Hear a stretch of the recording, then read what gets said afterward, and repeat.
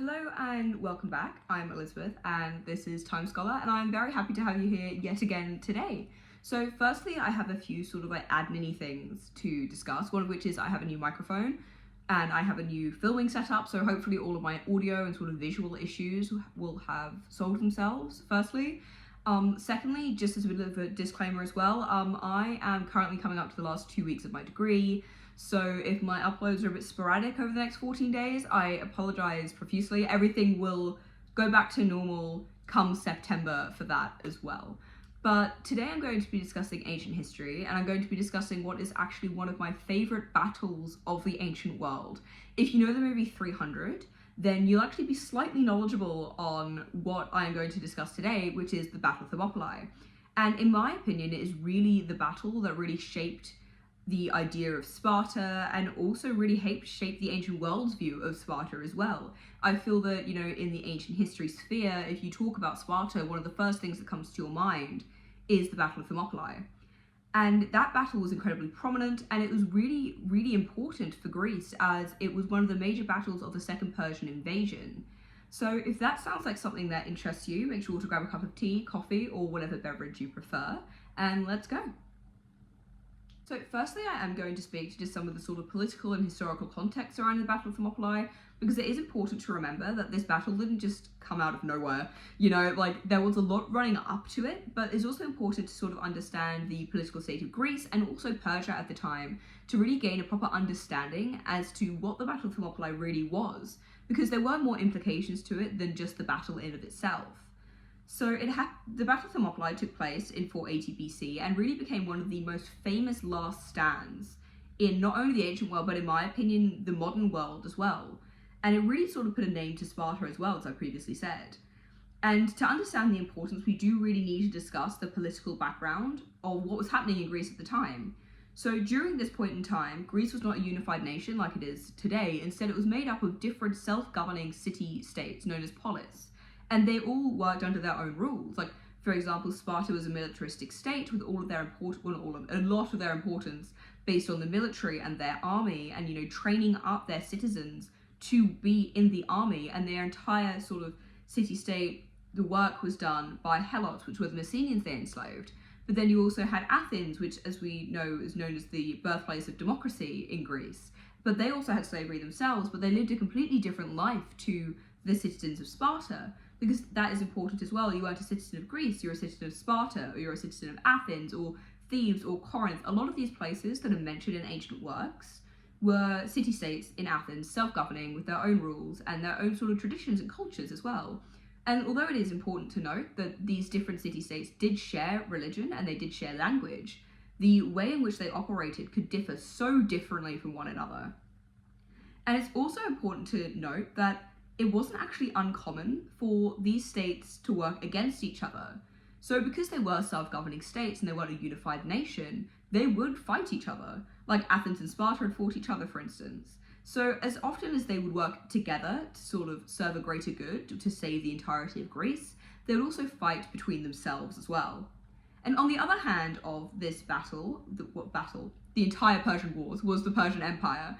Under Cyrus, Darius, and now at this point Xerxes, Persia had expanded into the largest empire that the world had ever seen at this point. It was absolutely huge. It stretched from modern-day Turkey all the way to the Indus Valley. So it is an astronomically large amount of space, especially if you consider they didn't have cars, they didn't have machine artillery. It was just them on their feet with their cavalry going and, expanding their empire. So if you think about it in the terms of the time period, it was an absolutely astronomical scale in which they were sort of achieving their sort of imperialism here as well.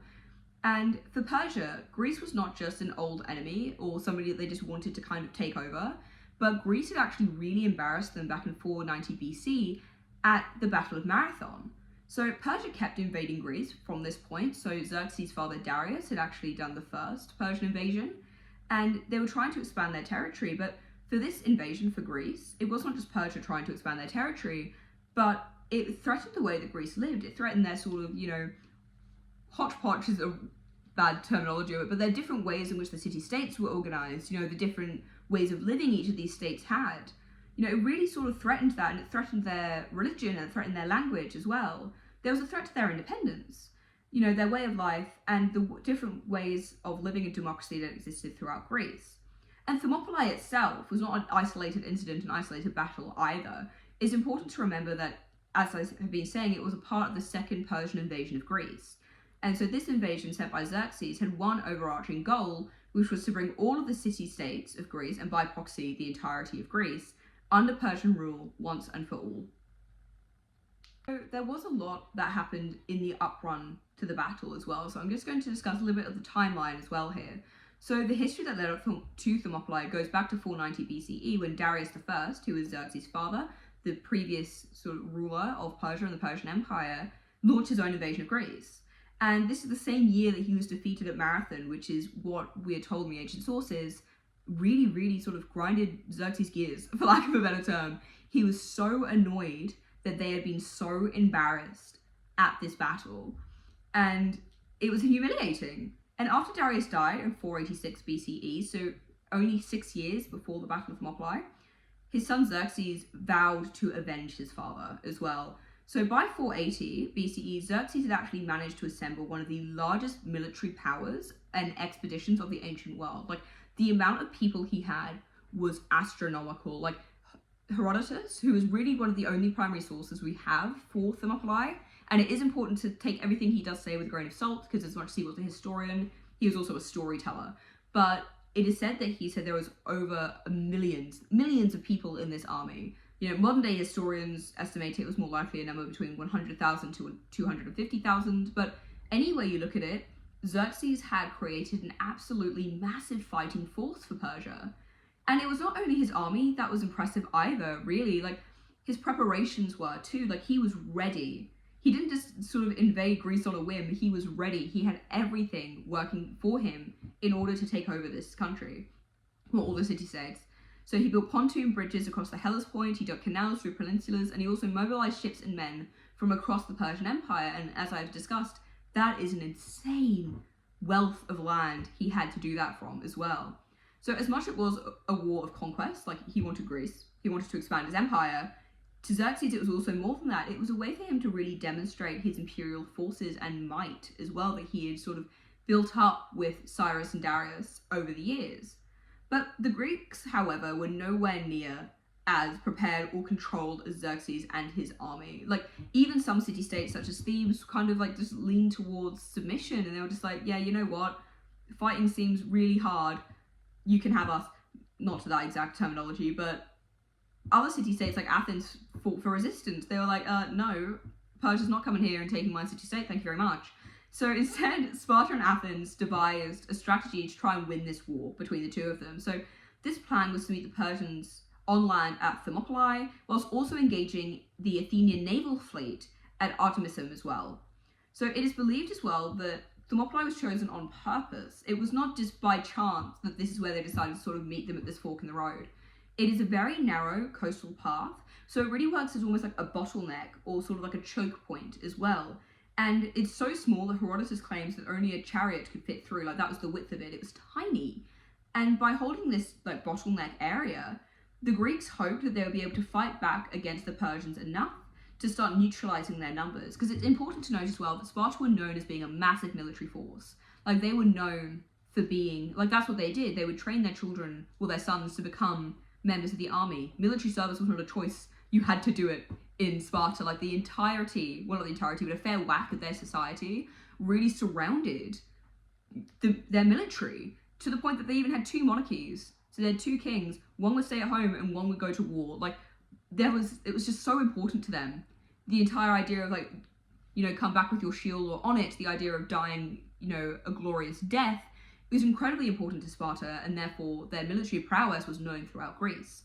So it's important to note as well that this sort of bottleneck idea might seem silly, if Persia has 100,000 to 250,000 people, but the prowess and sort of the military ability of Sparta versus the military ability of the Persians meant that this could work. They did really have a chance here to slow down the Persian invasion of Greece at Thermopylae. I'm also going to discuss just who the Spartans were, because that is really obviously the Athenian army was also very important, but the idea of like the 300 men last standing, like the movie that was released in 1962, the 300 Spartans, and the other movie that was released in the 2010s, 300, a lot of the sort of discussion around the Battle of Thermopylae is about these 300 Spartans and King Leonidas. So I feel like it's very important to kind of give a bit of background context into who were the Spartans at this point in time. So I feel like personally, as somebody who, has done a degree in classical studies and has been around sort of the ancient world for a while, when you think about Thermopylae, you think of those 300 Spartans and their army, but it's important to really discuss who were they really, especially in the context of this battle. So Sparta was a heavily militarized and selective society that was unique to Greece. So not only did they train their boys from the age of 7 to go into the military through something called the Agoge, which was a state-sponsored schooling system focused mainly on the military as well. It emphasized endurance, discipline, and obedience. But it would also be, were you lucky enough to live that long?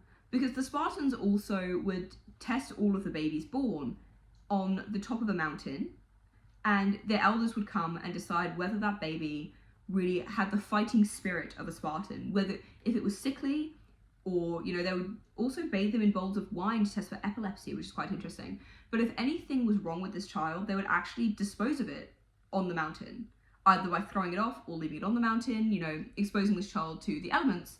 And this was common in Sparta. So it was already selective from birth, not just from, sort of their militaristic sort of way of life either. So they were really trying to build up this sort of super state of military prowess, and they were doing very well at it at this point as well. So it was all set up for people to have a life in the military, for citizens, the men, to have a life in the military. Military service was not a choice for men and boys in Sparta. Instead, it was an expected and vital part of Spartan life. The entire idea of being a warrior and being glorious was really important. Even to the point that men could not marry in Sparta until they had done their military service. So it was so important to them that life really went on hold for a while until you had completed your military service. And so Spartan society was famed for their military prowess, as I have discussed, and their equality amongst their citizens. They didn't really have the sort of same wealth distribution systems as other city-states like Athens did during this time. But their wealth and leisure was all down to the work of the Helots, which I have discussed slightly earlier, which were a group of people. So if Sparta's here, Messenia is here. So Sparta invaded Messenia and enslaved all of the Messenians and made them their slaves. And those are the Helots. And these Messenians vastly outnumbered the number of Spartan citizens. It's believed 6-1. So there was always a sort of fear there that they were going to uprise and sort of fight back against the Spartans, which did actually happen twice.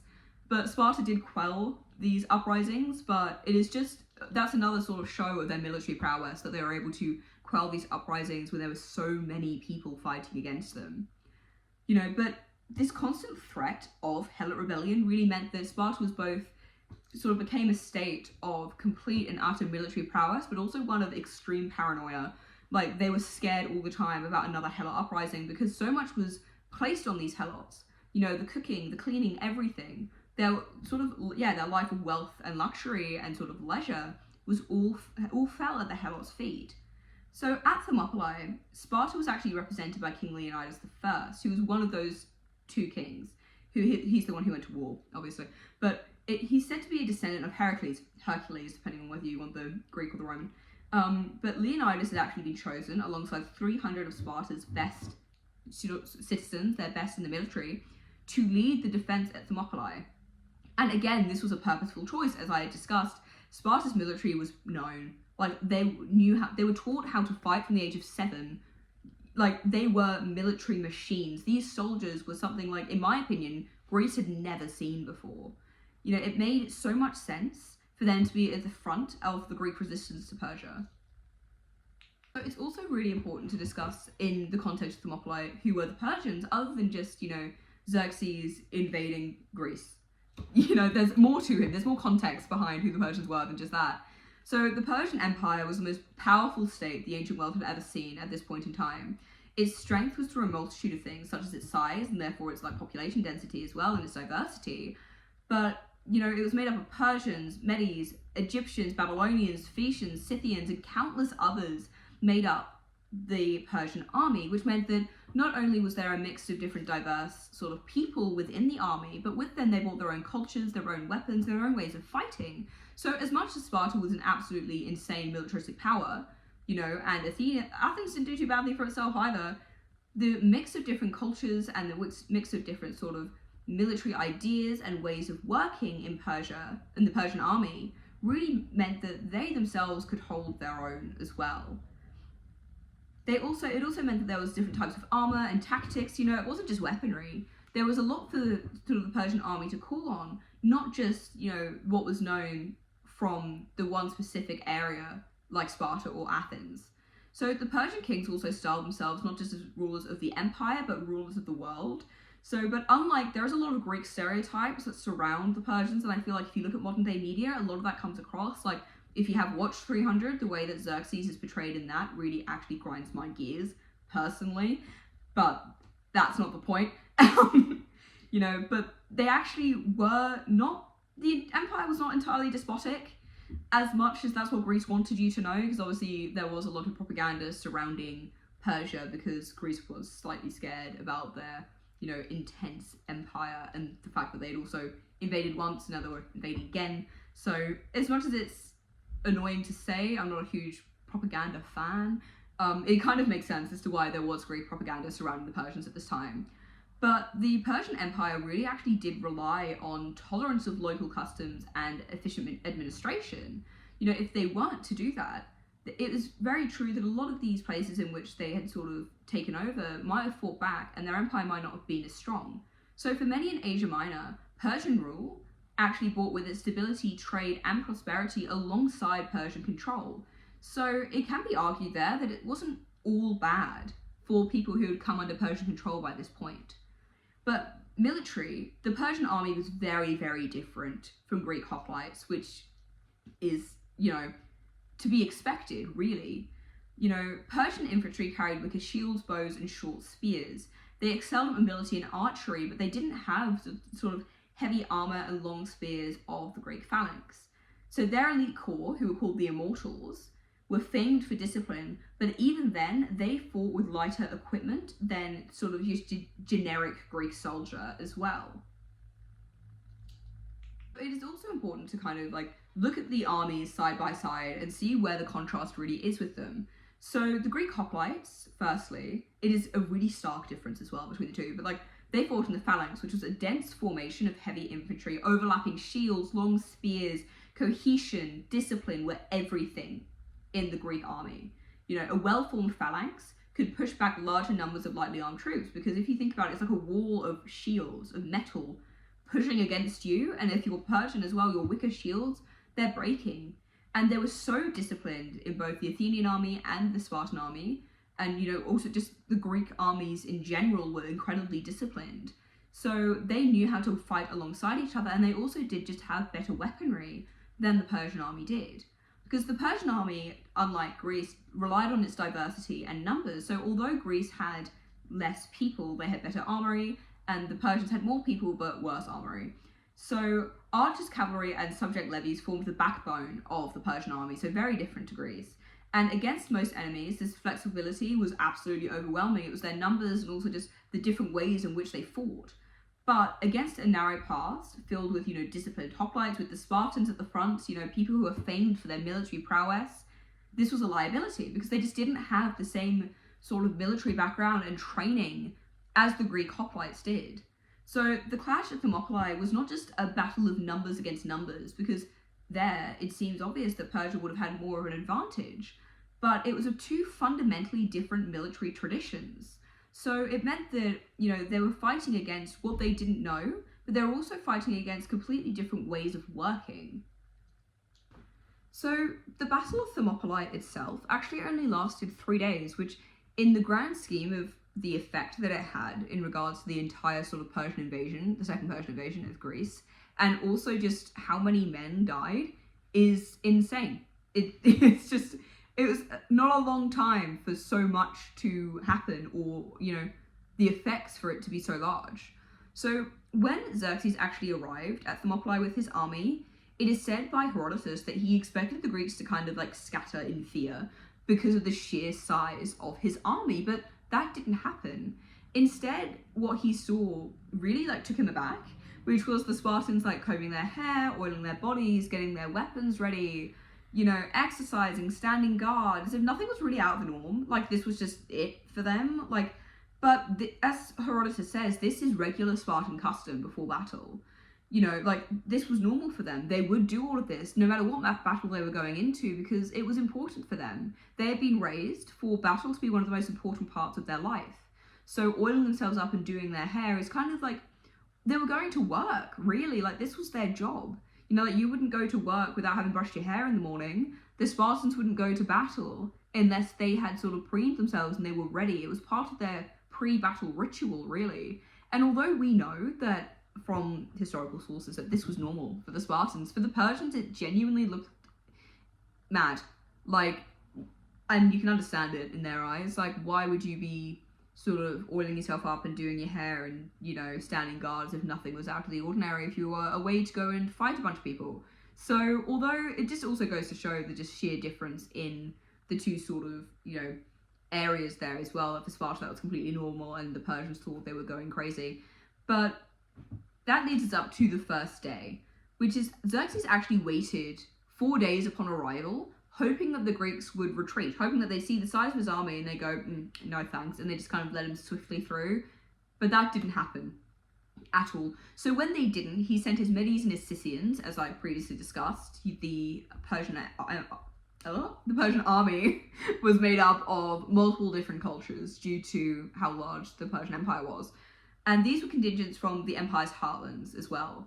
So they charged into the narrow pass, but they were cut down almost immediately. And the Greeks were fighting their phalanx formation, which was all of the shields across at the front like this. You'd have your spear to your chest like this. It basically made like an impenetrable wall. It was like rough trying to get through a phalanx because it was also so disciplined. I feel like it's important to know the phalanx. This was taught and this was known. It wasn't just sort of like free-for-all fighting, for lack of a better term. And fighting the phalanx formation, they actually rotated their men as well to keep them fresh. So men at the front would fight, and then the people behind them would move in, and then the people behind them would move in. Almost like a factory system. They were very well organized when it came to fighting.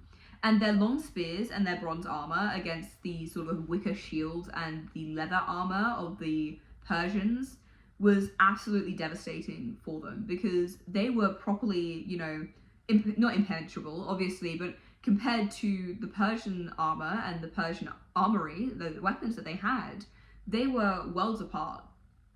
So wave after wave of Persians actually crashed into the Greek line, but the terrain meant, because it was such a narrow pass, like a bottleneck, that only a few could pass at a time. And this meant that, they were coming up, instead of their large sort of, what Xerxes wanted, the large sort of number of them in his army to really fight against them, it didn't happen because instead it was a sort of hand-to-hand battle of who had the better fighting force, and really that was Greece. So Herodotus even describes them as being driven forward by their commanders even as the whips fell on their back. So it was clear that the Persian army saw their fate and they did not want this to happen to them. Thousands died between both sides, but at this point it was mainly Persian casualties, but the pass held strong. The Greeks were holding their own. And by nightfall, Xerxes had actually achieved nothing apart from a bunch of dead soldiers and a, somewhat decimated army. So by the second day, this is when Xerxes sent in his immortals, which were sort of the upper echelon, the top tier of his fighting force. And this was a 10,000 strong corps. That's a lot of people. That is an insane amount of people. And they were renowned for their discipline. But they too found themselves powerless. Their shorter spears couldn't reach past the Greek line with their longer spears and their bronze armor and the shields that they had in their formation. And their wicker shields shattered against the hoplite bronze as well. So although they were far more disciplined than sort of like the greater arms of the Persian army, they still didn't have the fighting force or the weapons that the Greeks had in order to break through. And Herodotus even says that, I think this is quite funny, which makes me a bad person, but the Greeks actually staged mock retreats. They'd lure the Persians in and then wheel around and slaughter them when the path got even narrower further along the line. And so the Persian bodies were just piling higher and higher and higher and clogging the battlefield. Some were trampled by their own men, others drowned in the seas. They were forced off this narrow strip of land as well. Like, it was not just by hand-to-hand combat that these men were dying. It was it would have been an awful, awful battle scene. And then once again, the Persians didn't achieve anything really. Xerxes was watching from his throne, set up on a nearby hillside. He was not getting involved in the battle, unlike the king of Sparta was. But it said that he leapt up in anger 3 times during fighting. This is what Herodotus says, because he just could not believe his eyes. He could not believe what was happening to this massive army. He was being fought down by a far lesser force, but a force that had far more sort of military training and practice, and also just better weaponry. So it was day 3, actually, so the 3rd day of battle, but by this point the 7th day, the Persians had been there, that the fortune turned for the Persians, really. So a local Greek named Helots, a traitor, I will say, approached Xerxes with a secret, which was a mountain path called Anapoia. I think that's how you pronounce it. Again, I really can only speak English, and it's one of my biggest pitfalls. And this would actually allow the Persians to bypass the narrow strip of land, like the bottleneck, and actually outflank the Greeks from behind. So under the cover of night, Xerxes sent the Immortals, which were again his massive core of incredibly, organized fighters, on this path. And the Phocian troops who were guarding the track were completely caught off guard and completely scattered, and this allowed the Persians to encircle these defenders. So Leonidas completely understood immediately what this meant. He's the king of Sparta, and he knew that the position was lost. He knew that there was no way they were going to be able to regain this now that they were outflanked from both sides. And he dismissed most of the Greek contingents so that they could go home and fight another day, because he knew that as soon as they, Persia got through this and they lost their battle, the rest of Greece was going to need their soldiers back. So he dismissed everyone apart from his 300 Spartans, 300 Thespians who actually refused to leave, and a reluctant force of Thebans who also remained. So there was probably around sort of 1,000 to maybe 1,000, this is just my estimation, but like 1,000 to probably 1,100 people left against Xerxes' army, which we know modern historians said it was between 100,000 to 250,000. So even with the losses that they had, the absolute sheer difference in manpower between the Greek army and the Persian army would have been absolutely astronomical. So on the final morning was the last stand, and this is when the Greeks advanced further into the pass, abandoning their defensive wall. Herodotus even says that this was deliberate, because they wanted to be able to fight more openly. They wanted to inflict as much damage to the Persian army as possible before their end. And the battle was absolutely insane. Like, spears broke, defenders turned their swords, daggers, and even their bare hands. Like, it was no longer sort of the organised fighting that Greece was known for. It became a bit of a free-for-all, for lack of a better term, like fist fighting on the battlefield. Leonidas himself fell in the battle as well, and both sides fought desperately over his body, with the Spartans making repeated attempts to try and recover it, because the afterlife was so important for Greeks. If his body was not properly honoured, he would not be able to go into the afterlife, and he had done what was expected of a Spartan warrior, which was he had given up his life for Sparta, he had given up his life for Greece, and he had done what was said, which was come back with your shield or on it, which is, the idea of sort of running away from the Spartan army was something that was incredibly frowned upon. And eventually, though, the Persians did secure his body, and according to Herodotus, Xerxes actually ordered for Leonidas' head to be cut off and his body displayed, which in itself was actually a shocking break from Persian custom as well, because that was very similar to Greek custom. Like a fallen body, a dead person was supposed to be, respected. But again, it is important to note that as much as Herodotus was a historian, he is the only source we have, and he is also a bit of a storyteller, so this may have just been said to sort of work against Persia, because as I have said previously, there was a lot of propaganda surrounding Persia in Greece. But even if not, even just the act in which, fighting over the dead king of Sparta's body is just disrespectful in of itself, I think. So, surrounded on all sides, the last Greek defenders really retreated to a small hillock, And there they were overwhelmed by sort of like stone missiles and sheer numbers, and they were annihilated. You know, the last of the Spartans and the Thespians died together with their bodies buried underneath arrows, because that is one thing Persia was known for. They were so good at archery. Like, their cavalry and their archery were really what set them apart, on top of obviously just the sheer number in their army as well. But Herodotus claims that when this was all over, the pass was actually choked with Persian dead. Like, there were so many dead Persians that Xerxes is said to have remarked that his men were killed by a handful of warriors, but there were so many of them dead. Like, it was what the Greek armies actually managed to do was astronomical, considering the sheer size of the Persian army. And then, although the Persians did win, it was a very costly victory for them. You know, thousands died trying to break a force that numbered only a few thousand at most. So if more Persians died, it's believed, fighting than the original Greeks who actually went to fight, if that makes sense. So Thermopylae actually delayed Xerxes' advance and bought really vital time for the Greek cities to regroup. You know, in Athens though, the news was grim, for lack of a better term. You know, like, because they could get through Thermopylae now, like they went through that pass, Xerxes and his army went through, sacked and burned Athens to the ground. So, but Thermopylae really became, although it was a loss for Greece, a rallying cry. It really showed them that, like, Greece could do this. You know, they had so many men up against the Persians, and if Ephialtes, who I would have some choice words for if he was still around, because he is a betrayer, and I don't like them, and a liar, but, but not the point.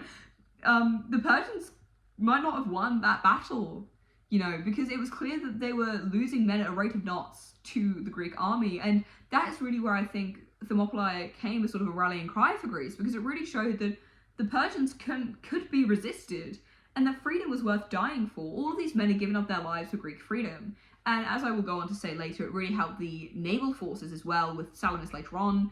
And yeah, so the battle itself, although Persia had been there 7 days, it only lasted really 3 days in the morning.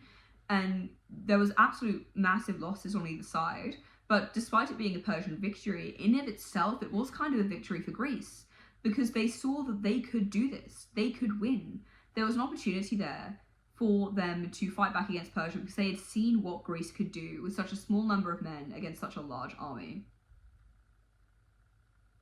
So in the aftermath of Thermopylae, it was obviously immediately a Persian victory, and the road to central Greece lay open, and sooner or later they got to Athens, they sacked it, they burned it, they took it over.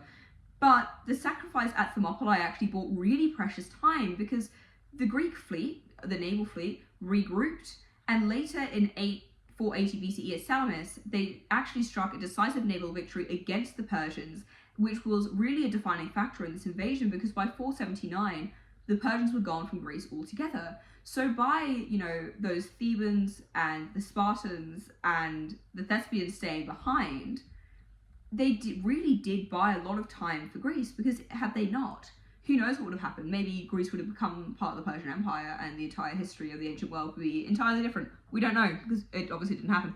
But they really did fight back for days, and that really, really helped with hold the defences, because as much as it was upsetting for, you know, the allies to be turned around and sent back, and for Athens to be sacked and burned, by sort of fighting against these Persians for even just those couple of days more, gave the fleet time to reorganize themselves and get together. I also do think it's important to note in this, like, the aftermath of it all, that it has really been famed as sort of the 300 Spartans, but it is important to note a lot of other people were there fighting for Greece, as I mentioned, and a lot of other people lost their lives as well.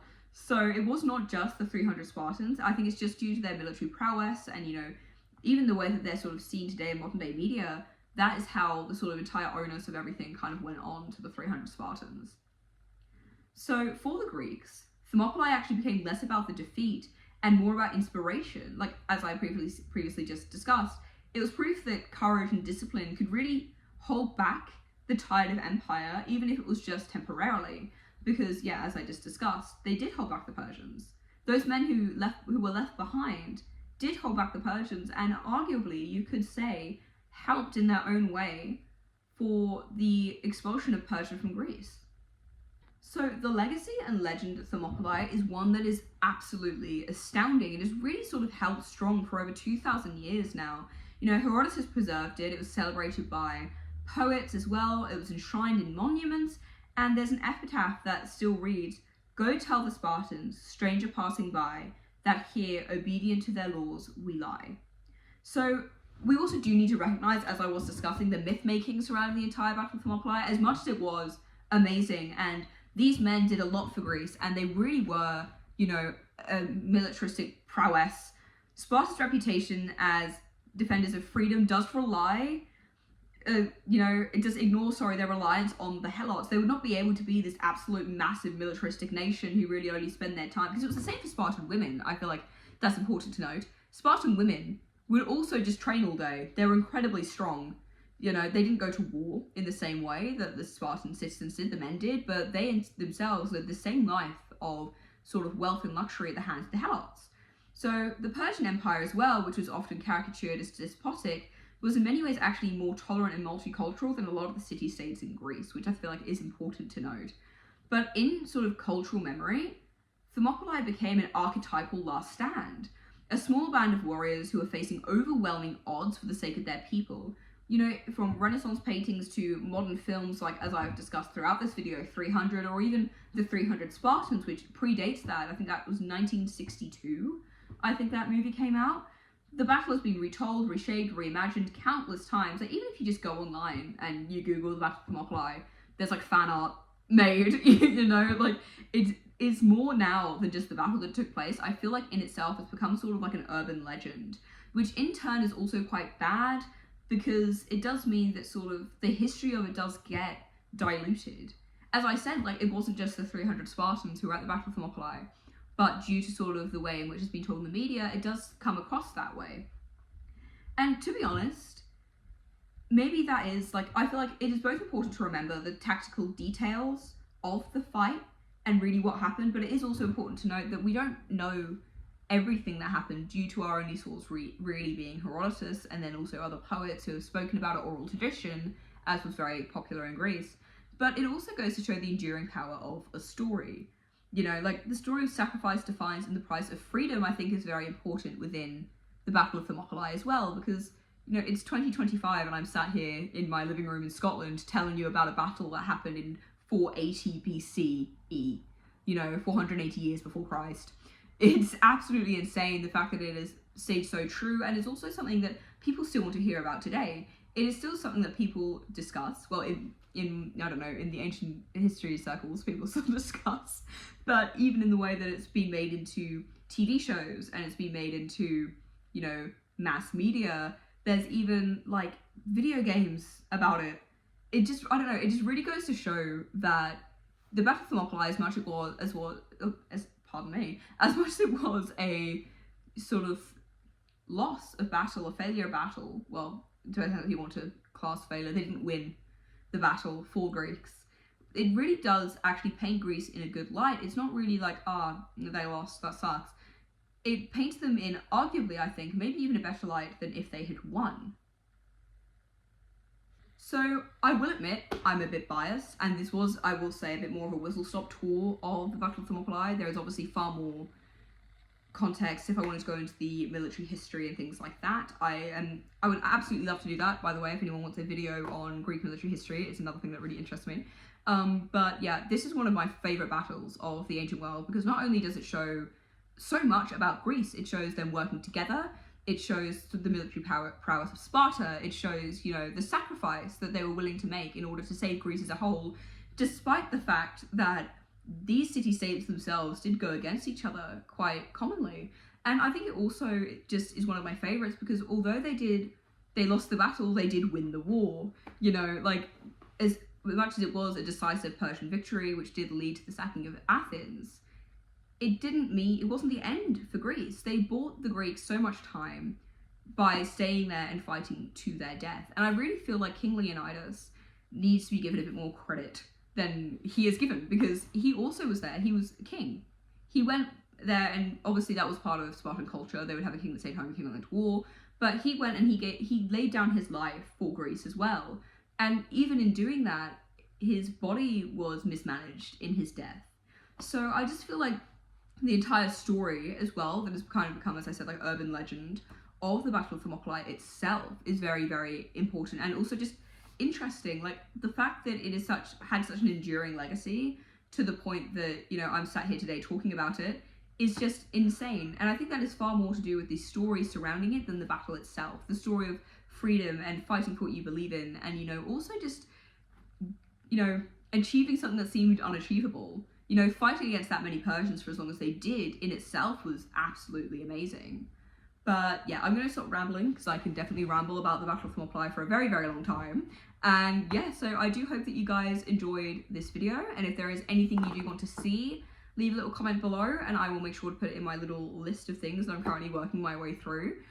Yeah, and don't forget to like, comment and subscribe. It really does help my channel a lot as well. And again, I want to say very much thank you for over 400 subscribers. I actually just can't believe how quickly this channel is growing either. But yeah, I'm going to add a little poll probably. I'm not sure if there will be a video next week, just as next week my master's dissertation is due, but there will definitely be one the week after if not. And yeah, so I hope you guys have a wonderful morning, evening, night, afternoon, that's the other one, wherever you are. And yeah, I hope to see you again soon.